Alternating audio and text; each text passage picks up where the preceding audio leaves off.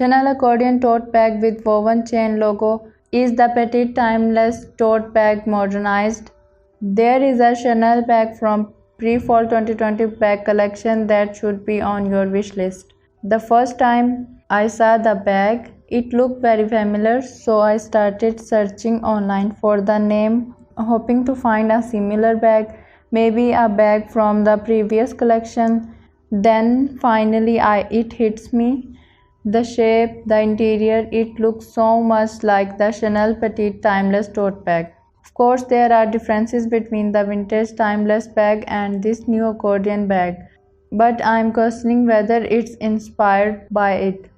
The new accordion bag looks much more modern thanks to the sharp colors, the woven chain strap leather logo, the diamond quilted as well as the woven chain leather strap makes the bag timeless.